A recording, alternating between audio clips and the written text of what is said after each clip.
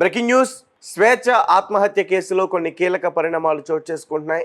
అయితే నిన్న ఎవరైతే వాళ్ళ తండ్రి గారు ఆరోపణలు చేశారో పూర్ణచంద్ర అనే వ్యక్తిని పోలీసులు అదుపులోకి తీసుకోవటం, అలాగే కోర్టుకు హాజరుపరిచిన తర్వాత 14 రోజులు అతన్ని జ్యుడిషియల్ రిమాండ్ విధించడం, ఇవన్నీ కూడా జరుగుతూ ఉన్నాయి. అయితే రీసెంట్గా ఈరోజు పూర్ణచంద్ర యొక్క వైఫ్ స్వప్న ఒక వీడియో క్లిప్ని అయితే రిలీజ్ చేయడం జరిగింది.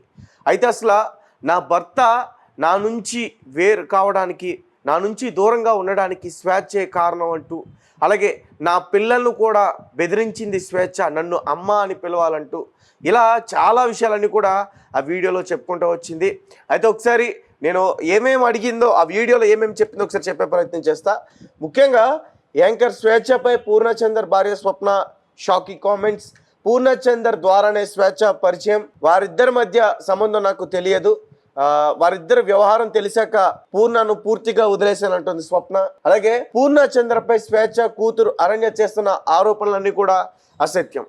అయితే మొన్న స్వేచ్ఛ గారు చనిపోయిన తర్వాత 9వ తరగతి చదువుతున్న స్వేచ్ఛ గారి కూతురు అరణ్య, పూర్ణచందర్ అంటే నాకు చాలా భయం, అతన్ని చూస్తేనే నాకు అసలు నచ్చదు, ఈరోజు మా అమ్మ చనిపోవడానికి కారణం పూర్ణచంద్ర అని అంటూ కూడా చాలా విషయాలన్నీ కూడా మీడియా ముఖంగా ఆమె చెప్పుకుంటూ వచ్చింది. అలాగే వాళ్ళ ఫాదర్ కూడా అలానే చెప్పారు, అలాగే వాళ్ళ మదర్ కూడా అదే రకంగా పూర్ణచంద్రపై అనేక ఆరోపణలు కూడా చేశారు. అయితే పూర్ణచంద్ర మాత్రం అంటే మేము గత వారం రోజుల క్రితం, ఒక 4 రోజుల క్రితం కూడా మేము అరుణాచలం టెంపుల్కి వెళ్ళొచ్చాం అంటూ కూడా అతను చెప్తా ఉన్నాడు. అలాగే వీళ్ళ నాన్నగారి వేధింపుల వల్లే స్వేచ్ఛ చనిపోయిందనే ఆరోపణలు కూడా పూర్ణచందర్ చేస్తూ ఉన్నాడు. అంటే పూర్ణకి ఇప్పటివరకు 2 పెళ్ళిళ్ళు అయినాయి, 2 కూడా డైవర్స్ అయిపోయినాయి. పూర్ణచంద్ దాని తర్వాత అతను పరిచయం అయ్యాడు. సో ఇతనితో కొంచెం లివింగ్ రిలేషన్షిప్లో ఉంటుంది. సో అది అందరికీ తెలిసిందే. అండ్ మరీ ముఖ్యంగా వీళ్ళ ఫ్యామిలీ మెంబర్స్కి అది నచ్చలేదు. ఎవరైతే స్వేచ్ఛ ఫ్యామిలీ మెంబర్స్ ఉన్నారో వాళ్ళకి నచ్చలేదు. సొసైటీలో కొంచెం మనం చాలా రెస్పెక్ట్ఫుల్గా బతుకుతూ ఉన్నాం, నువ్వు ఇతన్నే తీసుకొచ్చి మొగుడు అంటావు, లేకపోతే వేరే వాళ్ళు తీసుకొచ్చి మొగుడు అంటావు, నెలకు ఒకసారి అన్నట్టు తీసుకొస్తున్నట్టుగా స్వేచ్ఛని ఆయన ఇబ్బంది పెట్టేందుకు, ఆమెను బాధ పెట్టేందుకు మాట్లాడాడు. ఆ విషయం కూడా నాతో చెప్పింది. దాని తర్వాతే స్వేచ్ఛ ఇలా బలవన్మరణానికి పాల్పడిందంటూ కూడా ఇలా ఆరోపణలు చేస్తున్నాడు పూర్ణచందర్. అలాగే అరణ్యను పూర్ణచందర్ సొంత కూతురులో చూసుకున్నాడంటూ కూడా చెప్తుంది. అలాగే స్వేచ్ఛ నన్ను మానసికంగా టార్చర్ చేసింది, స్వేచ్ఛ పూర్ణచందర్ను బ్లాక్మెయిల్ చేసింది, నా పిల్లలను కూడా అమ్మ అని పిలవాలని బ్లాక్మెయిల్ చేసింది, భయపెట్టింది, నా భర్త నిర్దోషి అమాయకుడు అంటుంది స్వప్న. ఇప్పుడు స్వప్న గారు ఏదైతే వీడియో రిలీజ్ చేశారో ఒకసారి ఆ వీడియోని మీరే వినండి. ఒకసారి దాని గురించి విన్న తర్వాత మనం మాట్లాడదాం. అందరికీ నమస్కారం. నేను పూర్ణచందర్ భార్య స్వప్న. నాకు స్వేచ్ఛ పూర్ణ ద్వారానే పరిచయం అయింది. రిలేషన్ ఉందని నాకు అసలు తెలియదు. ఈ రిలేషన్ గురించి కూడా నాకు తెలిసింది స్వేచ్ఛ ద్వారానే. తను నాకు ఫోటో పెట్టడం ద్వారా తెలిసింది. నేను పూర్ణని అడిగాను ఏంటిది అని చెప్పేసి అడిగితే చెప్పాడు. చెప్పినాక నాకు అనేది గొడవలు స్టార్ట్ అయింది. అక్కడ నాకు ఇంకా తెలిసింది ఏంటంటే అక్కడ కూడా తనతో గొడవలు ఉంటున్నాయి అని చెప్పేసి అంటే ఇంకా నేను ప్రెషరైజ్ ఆయన ఎందుకు ప్రెషరైజ్ చేయాలి అని చెప్పేసి నేను ఆయనను వదిలేసాను. ఇంకా నేను ఎందుకు ఇప్పుడు మీడియా ముందుకు వచ్చానంటే అరణ్య మా ఆయన మీద చేసిన ఆరోపణలు చూసి నేను తట్టుకోలేక నేను ముందుకు వచ్చాను. నేను మీడియా ముందుకు ఎందుకు వచ్చానంటే ఇప్పుడు స్వేచ్ఛ కూతురు అరణ్య మా ఆయన మీద నిందలు వేస్తుంది. ఆ నిందలు నేను చూసి తట్టుకోలేక నేను వచ్చాను బయటికి. నా పిల్లలతో పాటే నా అరణ్యను కూడా తీసుకున్నాడు, తనకి స్కూల్లో జాయిన్ చేశాడు, ఫీజులు కట్టాడు, నా పిల్లలకి బట్టలు తీసుకున్నప్పుడు ఆయన కూడా తీసుకునేవాడంట. నేను నీ కన్న తండ్రి కూడా వదిలేసి వెళ్ళిపోయాడు. వెళ్ళిపోతే కూడా పూర్ణ ఆ స్థానం తీసుకున్నాడు. కన్న తండ్రి కన్నా ఎక్కువనే చూసుకున్నాడు. నా కూతురుని ఎలా అయితే చూసుకున్నాడో నిన్ను కూడా అలానే చూసుకున్నాడు అరణ్య. కానీ నువ్వు ఇలాంటి నిందలు వేయడం కరెక్ట్ కాదు. ఇంకా స్వేచ్ఛ కూడా చాలా నన్ను టార్చర్ పెట్టింది. ఈ విషయం తెలిసినాక కూడా నేను డిప్రెషన్లోకి వెళ్ళిపోతే నన్ను పూర్ణ కాశీకి తీసుకెళ్ళాడు కానీ మైండ్ రిఫ్రెష్మెంట్ కోసం తీసుకెళ్తే అక్కడ కూడా ఫోన్ చేసి సతాయించింది. ఎందుకు తీసుకెళ్తున్నావు, ఆమె ఎవరని చెప్పేసి నువ్వు తీసుకెళ్తున్నావని సతాయించింది. ఆయన ఫోన్ లిఫ్ట్ చేయకపోతే నా ఫోన్కి చేసి సతాయించింది. అసలు ఎక్కడికి తీసుకెళ్ళినా, ఫంక్షన్కి వెళ్ళినా, ఎక్కడున్నా కూడా నువ్వెందుకు ఆమెతో ఉంటున్నావు, నా దగ్గరకు వచ్చేసాయి అని చెప్పేసి చాలా బ్లాక్మెయిల్ చేసింది. ఎప్పుడు చూడండి స్లీపింగ్ పిల్స్ మింగడము, నాకు ఆడపిల్ల ఉంది. స్వేచ్ఛ కూతురు అరణ్యాన్ని కూడా పూర్ణ నా కూతురు లాగానే చూసుకున్నాడు. నాకు తెలియకుండా పిల్లలని ఆమె దగ్గరికి తీసుకొని వెళ్ళి ఆడిపిస్తుంటే వచ్చేవాడు. తర్వాత నాకు నా పిల్లలు చెప్పారనమాట, అమ్మ ఒక అక్క దగ్గరికి వెళ్ళి ఆడుకుంటున్నాను, ఒక ఆంటీ ఉన్నది, ఒక ఆంటీ నన్ను అమ్మ అని పిలవమని చెప్పింది అని చెప్పేసి నా కూతురు చెప్పింది. నా కూతురు చెప్తే నాకు తెలిసింది. ఇంకా అప్పుడు ఇంకా నాకు తెలీదు ఆమె తన వెనకాల ఎవరుండి చెప్పిస్తున్నారో కూడా నాకు తెలీదు. కానీ ఇవన్నీ చేయొద్దు అరణ్య నువ్వు. మా ఆయన మీద నాకు నమ్మకం ఉంది. ఆయన అంత చెడ్డ మనిషి కానే కాదు. ఇంత చేరదీసిండు నిన్ను అరణ్య, నిన్ను మీ మమ్మీని ఇంత చేరదీసినా కూడా మా బతుకుని మీ మమ్మీ ఏం చేసిందమ్మా, తీసుకొని మమ్మల్ని రోడ్డు పాలు చేసేసింది. ఇప్పుడు నా జీవితము ఏంటి, నా పిల్లల భవిష్యత్తు ఏంటి అరణ్య? నాకు కోర్టు మీద నమ్మకం ఉంది. మా ఆయన నిర్దోషి. నేను ఆయన ఎలాగైనా కాపాడుకుంటాను. చేస్తున్నారన్న విషయం ఎంతవరకు నిజం, ఒకసారి దాని గురించి కూడా మాట్లాడే ప్రయత్నం చేద్దాం. అయితే రాష్ట్ర వ్యాప్తంగా సంచలనం సృష్టించిన యాంకర్ స్వేచ్ఛ ఆత్మహత్య కేసులో ఈరోజు కీలక పరిణామం చోటు చేసుకుంది. ఈ కేసులో ప్రధాన ఆరోపణలు ఎదుర్కొంటున్న పూర్ణచందర్ గత రాత్రి పోలీసులు ఎదుట ఆయన వచ్చి లొంగిపోవటం, దాంతో పోలీసులు నేడు అతన్ని జడ్జి ముందు హాజరుపరిచారు. విచారణ జరిపిన తర్వాత న్యాయమూర్తి పూర్ణచందర్కు 14 రోజులు జ్యుడిషియల్ రిమాండ్ విధించారు. దీంతో పోలీసులు అతన్ని సెంచల్గూడ జైలుకు తరలించారు. స్వేచ్ఛ పూర్ణచందర్ వారం రోజుల క్రితం కలిసి ఇద్దరు అరుణాచలం ఆలయాన్ని దర్శించుకున్నారు. 3 రోజుల క్రితమే నగరానికి తిరిగి వచ్చినట్టు తెలుస్తుంది. కాగా ఈ వ్యవహారంలో ఓ రాజకీయ నేత ప్రమేయం ఉన్నట్టు వార్తలు వస్తున్నాయి. ప్రస్తుతం ఈ కేసులో పోలీసులు మరింత లోతుగా దర్యాప్తు చేస్తూ ఉన్నారు. న్యూస్ యాంకర్గా పనిచేస్తున్న స్వేచ్ఛ పూర్ణచందర్తో కొన్నాళ్ళుగా సహజీవనం కొనసాగిస్తూ ఉంది.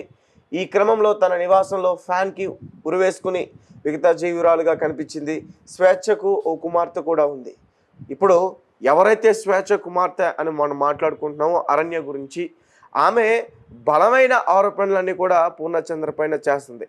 అతను కూడా నన్ను డాడీ అని పిలవాలంటూ కూడా నన్ను కూడా ఇబ్బంది పెట్టాడంటూ కూడా ఇలా చాలా విషయాలన్నీ కూడా చెప్తా ఉంది. ఏదేమైనప్పటికీ అంటే ఇక్కడ ఒక ఇద్దరు వ్యక్తుల వల్ల, ఇటు పూర్ణచంద్ర వల్ల అటు స్వేచ్ఛ వల్ల రెండు ఫ్యామిలీస్ కూడా చాలా బాధపడుతున్నాయి అనేది మాత్రం ఇక్కడ క్లియర్గా కనిపిస్తుంది.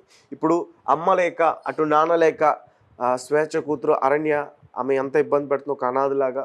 అంటే వాళ్ళ పేరెంట్స్ అంటే ఇప్పుడు ఇటు తాతయ్య నానమ్మ వీళ్ళు ఉండొచ్చు, కానీ అమ్మని ఆ ప్లేస్లో ఎవరిని తీసుకురాలేం. సో ఆ బాధ తన జీవితాంతం కూడా ఇది అనుభవించాల్సి ఉంటుంది. అలాగే ఒక పక్క స్వప్న, ఇద్దరు పిల్లలు ఉన్నారు, వాళ్ళకు కూడా తండ్రి లేని ఇది వాళ్ళకు కూడా కనిపిస్తూ ఉంటుంది. సో స్వప్న కూడా అక్కడ చాలా విషయాలు కూడా చెప్పే ప్రయత్నం చేస్తుంది. ముఖ్యంగా నన్ను మానసికంగా హింసించింది స్వేచ్ఛ అంటుంది. అంటే మనం క్లియర్గా అర్థం చేసుకోవచ్చు, ఒక ఆల్రెడీ పెళ్ళైపోయి భార్య ఉన్న వ్యక్తితో స్వేచ్ఛ లాంటి జర్నలిస్ట్ ఒక న్యూస్ రిపోర్టర్గా ఉండి ఒక రెస్పెక్ట్ఫుల్ జాబ్లో ఉండి కూడా స్వేచ్ఛ కూడా ఇలా చేయడం ఏమాత్రం కరెక్ట్ కాదని చాలామంది జర్నలిస్టులు ఫేస్బుక్ అకౌంట్ ద్వారా, ఇన్స్టాగ్రామ్ అకౌంట్ ద్వారా చాలామంది పోస్టులు కూడా పెడతా ఉన్నారు. అండ్ మరొక పక్క స్వేచ్ఛని ఒక రాజకీయ నేత మానసికంగా హింసించారు అనేది కూడా ఒక వార్త వెలుగులో కూడా వచ్చింది. అయితే మరీ ముఖ్యంగా పూర్ణచందర్ కస్టడీలోకి తీసుకున్న తర్వాత ఒక రాజకీయ నేత వెనక ఉన్నాడు అనేది కూడా ఒక వార్త బలంగా వినిపిస్తోంది. మరి ఆ రాజకీయ నేత ఎవరు? పోలీసులు అతని పేరు బయటపెట్టే ప్రయత్నం చేస్తారా?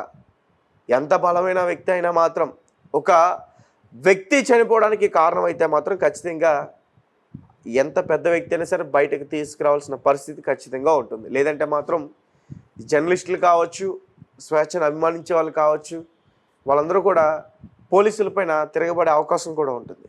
ఒకసారి అలాగే స్వేచ్ఛకి సంబంధించి ముఖ్యంగా ఎప్పుడైతే స్వేచ్ఛ బలవన్మరణానికి పాల్పడిందో దాని తర్వాత పూర్ణచందర్ ఒక లెటర్ కూడా రాయడం జరిగింది.